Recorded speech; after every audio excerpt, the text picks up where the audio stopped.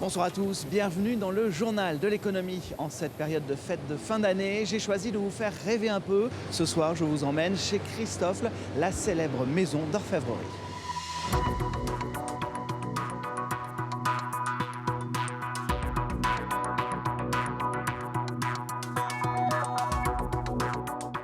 Fondée à Paris en 1830, la maison Christofle a regroupé l'intégralité de sa production sur le site de Yainville, à une vingtaine de kilomètres de Rouen. Chaque année, 400 000 couverts et 45 000 pièces d'orfèvrerie sortent de ces ateliers.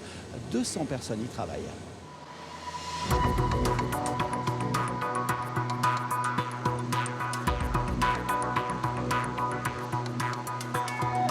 Pour en savoir plus sur cette prestigieuse maison, je rejoins Luc de Grise. Bonsoir. Bonsoir. Vous êtes le directeur des opérations. Alors vous venez de lancer une toute nouvelle collection signée par Jean-Marie Massot. C'est un designer français reconnu dans le monde entier pour la qualité de ses créations. Que représente pour vous cette nouvelle collection ? Alors cette nouvelle collection représente pour nous une volonté d'innover, de nous adapter à de nouveaux usages de consommation comme le brunch. Donc, vous voyez autour de ces 19 pièces que Jean-Marie Massot a créées pour nous, sur des formes très épurées, un moment de convivialité un petit peu moins solennel qu'un dîner ou qu'un déjeuner. Christofle est une maison qui aura bientôt 200 ans. Quels sont les axes de développement de la marque pour s'adapter à un monde en pleine mutation ? Alors on s'adapte en réinvestissant dans notre réseau de magasins en propre. On a rénové notre magasin de Beverly Hills il y a 2 mois. On a rénové aussi le magasin de Harrods sur un nouveau concept qui est... Harrods à Londres. Harrods à Londres, tout à fait, qui est plus immersif et qui montre l'image de Christofle sous un nouveau jour. On a aussi un nouveau magasin à New York qui a démarré il y a 1 an et demi, qui rencontre un fort succès. Et on a aussi rénové nos magasins de Shanghai sur Plaza 66. L'export toujours important. L'export toujours important parce que c'est là où il y a une forte demande et le luxe à la française s'exporte bien. Et puis un petit mot peut-être sur le e-commerce ? Depuis 2009, on vend sur la toile, on y a cru très tôt et on continue à y croire. C'est un axe fort de développement stratégique de la marque. On souhaite, à travers ce canal de distribution, apporter de nouveaux services tels que la personnalisation et le fait de les avoir rapidement chez soi. Et puis aussi de nouveaux services autour de l'omnicanal qui est vous shopper online et vous allez chercher en magasin ou vous allez en magasin et vous réservez sur le site et vous êtes livré chez vous. Nous voici dans le Saint des Saints, l'atelier. Les pièces vont connaître une 50aine de manipulations pour passer de l'état de bloc de métal à un produit fini de très haute qualité. Je me trouve à présent en compagnie d'Alain Barret. Bonsoir. Bonsoir. Vous êtes le directeur de l'atelier. Le siège de Christofle, lui, est à Paris, mais depuis 2005, toute la production a été regroupée à Yainville. Pourquoi ce choix ? Oui, plus exactement, c'est depuis 1970 que nous fabriquons les couverts de chez Christofle à Yainville, en Haute-Normandie. Nous avions profité à la fois d'une montée en puissance des volumes de Christofle et qui faisait que le site en région parisienne à Saint-Denis était devenu trop petit. Et il y avait une main-d'œuvre disponible du fait de la fermeture des chantiers navals. Et donc, la conjonction des deux a fait que nous sommes venus sur ce site. Traditionnellement, nous avons fabriqué tous les couverts et à partir de 2005, pour des raisons de rationalisation des sites de production, Christofle a décidé de mettre à Yainville l'ensemble de ses productions.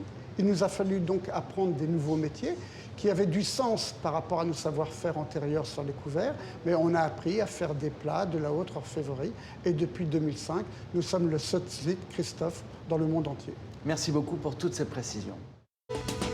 Comme chaque semaine, à présent, on fait le point sur le reste de l'actualité économique dans notre région, sans oublier notre offre d'emploi de la semaine.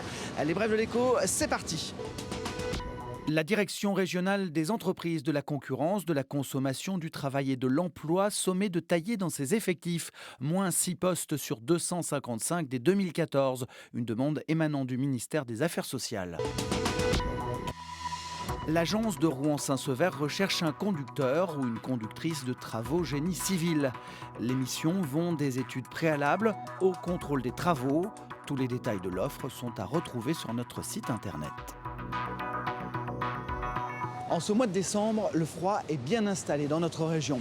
Alors pour le portrait d'entreprise de cette semaine, j'ai choisi de vous faire découvrir un producteur de vitres chauffantes.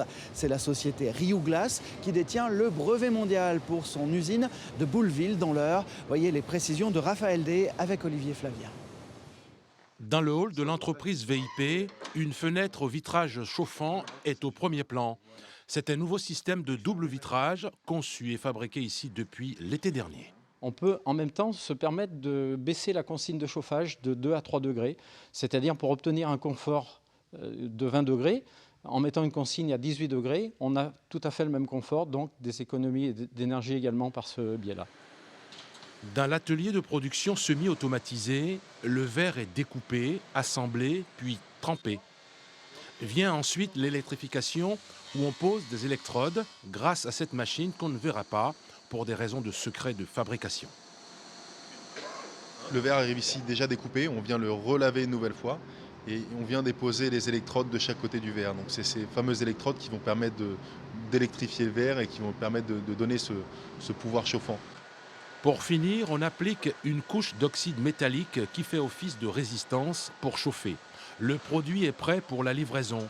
Le transformateur verrier indépendant est présent sur les marchés du bâtiment dans l'océan Indien, au Moyen-Orient, en Afrique du Nord et en Europe.